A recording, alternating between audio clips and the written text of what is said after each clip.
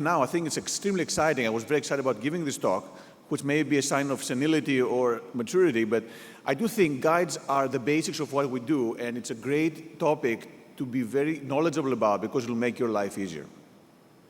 So as you know, everything we do comes from Greek. I'm a little biased, but the same does for Catheter. And what Catheter means in Greek is something you're sending down. So it's something you're going down to get to where you want to go. And it is what we use to reach the place we want to reach to do whatever we aim doing, and have a long and very rich history. So any of you can recognize who these people are? Who is this first one? Sohn, second. Judkins, and third. So these are the people that are responsible for what we're doing right now. So Mason Sohn's the first coronary angio, Judkins, JL4, JR4, Amplatz, AL1, AL2. So Mason Sohn is the one who first did an angiogram by accident when the catheter is supposed to go to the LV, jumped into the right coronary. That was about 56 years ago. So it's because of these people who are here today and we're using what they discovered up to this day. So what are we doing with a guide catheter? What is the functions of a guide catheter? Monitor aortic pressure, deliver contrast, deliver devices, or all of the above. Who votes for number 4? So the guide is not, there's many functions to it, and although we do all at the same time, there are cases in which we separate different functions. For example, we do injections from a different guide and deliver equipment from another guide. So this is something to remember, that the guide can serve several functions. How is this different from a diagnostic catheter? The bottom line is that the guide is thinner, so it has much larger inner lumen diameter, which comes at a price, but also allows you to deliver equipment which you cannot do as well with a diagnostic catheter. So this is an example of a diagnostic catheter construction. It's made of 2 layers. There's still a plexus. So the guide and the catheters are not just a plastic tube.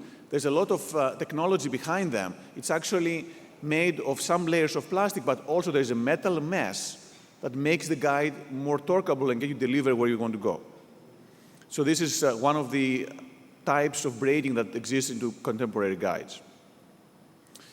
There are 5 ways to classify them. One is by outside diameter, inside diameter, shape, length, and there are sheathless guides. So 1 French is 0.33 millimeters, 6 French is 2 millimeters, 8 French 2.66. Inside diameter is again critical for deciding what you want to do. And what is important is that you should not be afraid about large French guides. It's a common theme in our fellowship program. Fellows are very nervous sometimes going from a 6 to an 8. I can tell you, in part because of my CTO experience, we do a lot of things in 8 French. For me, a complex case, I don't even bother. I go straight to an 8 French unless there's a vascular access issue. And now with the sheathless guides, you can do the same thing for the radial access. So having a large guide will make your life easier, and I'll show you some of the examples because of that. So which guide should not be used for LAD or CIRC PCI? XB35, ABU, CLS, PB1, or JL4? Who votes for 1? Who votes for 2? For 3? 4? For 5? Okay, no one votes. Still waking up to do, but that's okay. But 1 said JL4. So in my mind, I've never used a JL4 for guide, and you should never do this. The reason is that you get no support. The support you get is from the contralateral aortic wall, and the Judkins is designed to get there. The Judkins will engage you very nicely in the vessel, but support you get is very lousy. What you want is one of the XB, EBU, PB, so a shape that is going to give you support through the contralateral aortic wall. How about the right coronary artery? And in the interest of time, any single one of them is fine, unlike the left coronary artery. And there are some easy rules about which one to use for which right coronary arteries. And in my mind, I divide them into 3 categories.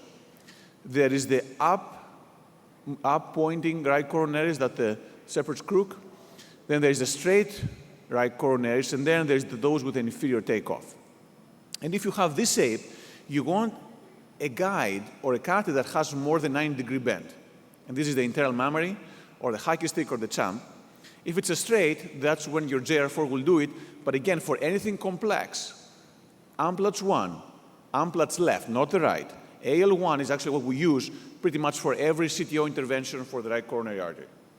And then if it's an inferior takeoff, then you use something with less of a bend, which is the multipurpose or a right coronary bypass.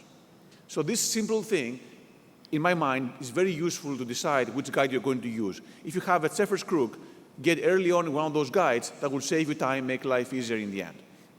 I really personally like the champ guides, which have a variety of different size distal tips that again give you very deep support for this upper pointing right coronary arteries.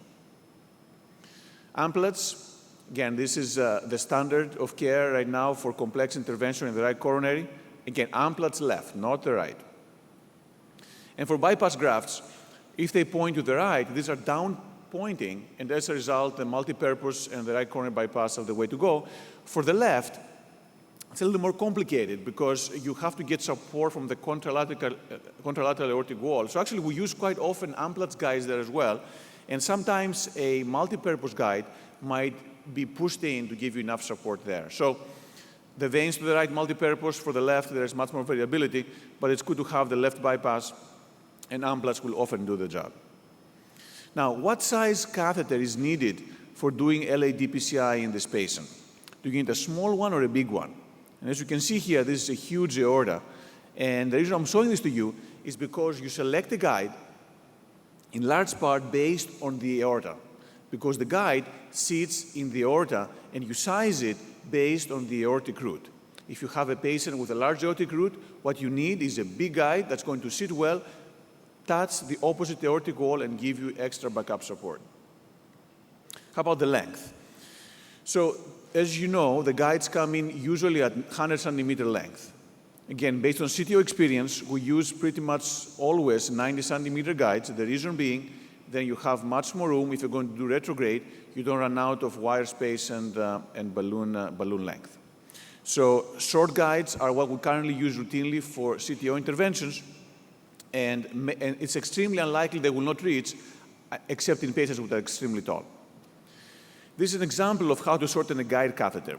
If you don't have 90 centimeter pre-made guides, what we can do is you cut a segment of the guide, and then you have this part of the guide and this proximal part, and then you take a sheath that is about 1 French smaller than the guide catheter, so 5 French for a 6 French or 7 for an 8 French, and you cut a connecting segment from the sheath that you can use to connect this part and that part of the guide catheter. Once you do that, then you're going to flare both ends of this connecting segment, and you're going to plug it on both ends of the fragments of the guide catheter, and this way you're going to have a shortened guide catheter. We used to do it a lot 3 or 4 years ago when we didn't have pre-made 90 centimeter guides. This day and age, because we do have 90 centimeter pre-made guides, we don't do this as much. But still, in cases where you run out of space and you need this for a retrograde case, this is how you can do it. The only downside is that you obviously don't get the same torqueability because you've now cut the catheter into 2 different parts. You see the final connection here between the 2 parts. You have a shortened guide catheter. We now have sheathless guides. So if you're a radial fan, you can still do large French interventions using the sheathless guide.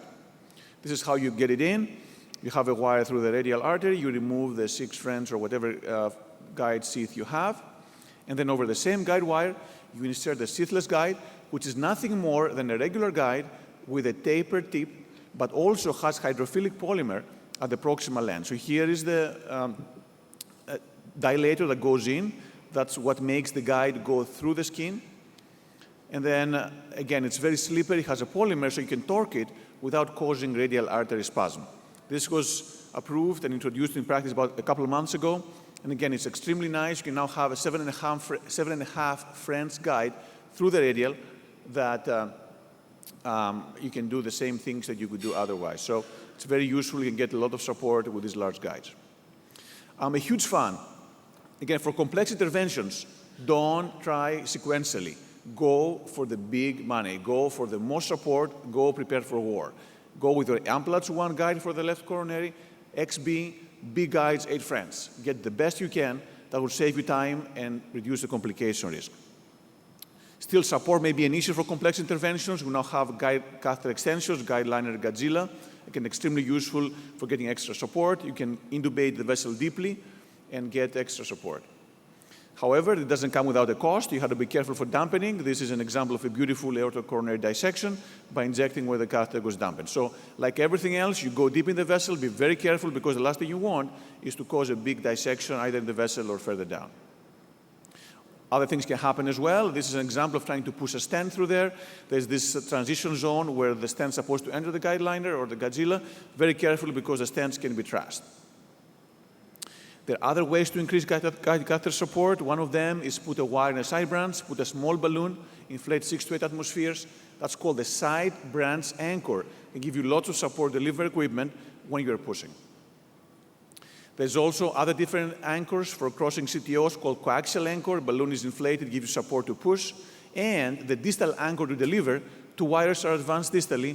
One balloon goes down, pins the first wire, can deliver your stent over the other guide wire. This is for more advanced cases, but huge, very important techniques to know, because when you need them, you need them. You can spend 3 hours or go do the distal anchor, be done in 5 minutes. This is not an uncommon thing that can go wrong with the guides. This is the guide kink. This is a good thing that it happened outside the body, because if it happens inside, it's sometimes a little more difficult to fix. And this is what caused it. It was a radial case through a very tortuous subclavian artery. So to prevent this, you can use a larger size catheter, use a longer sheath or different shapes, and sometimes use a wire within the guide catheter. And finishing up, what should you not do in this? This is a real case. We have this nice pressure waveform, and now this is happening.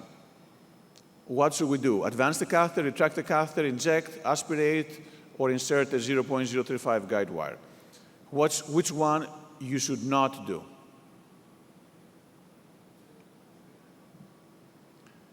That's right, so number 3, inject through the catheter. So when you see this, it can be many different things. It can be against the wall. It can be that you are deeply into the vessel, but the real concern is you have a blood clot forming inside the guide catheter. If you inject, next thing you're going to see is ST elevations and potentially cardiac arrest. So save yourself the pain, aspirate always, and don't inject. And again, many causes for pressure dampening, but again, the ones you're really worried is about thrombus formation. So I'm going to stop here. Guides, again, are the essentials for PCI. This is the foundation of what we're doing in every day-to-day. If there's one message to take, is that don't be afraid to use large, big, supportive guide catheters that are going to make your life easier, help you deliver, do what you're supposed to do, and be aware of potential complications like kinking, like thrombus embolization, and how to treat them should they occur. Thank you very much.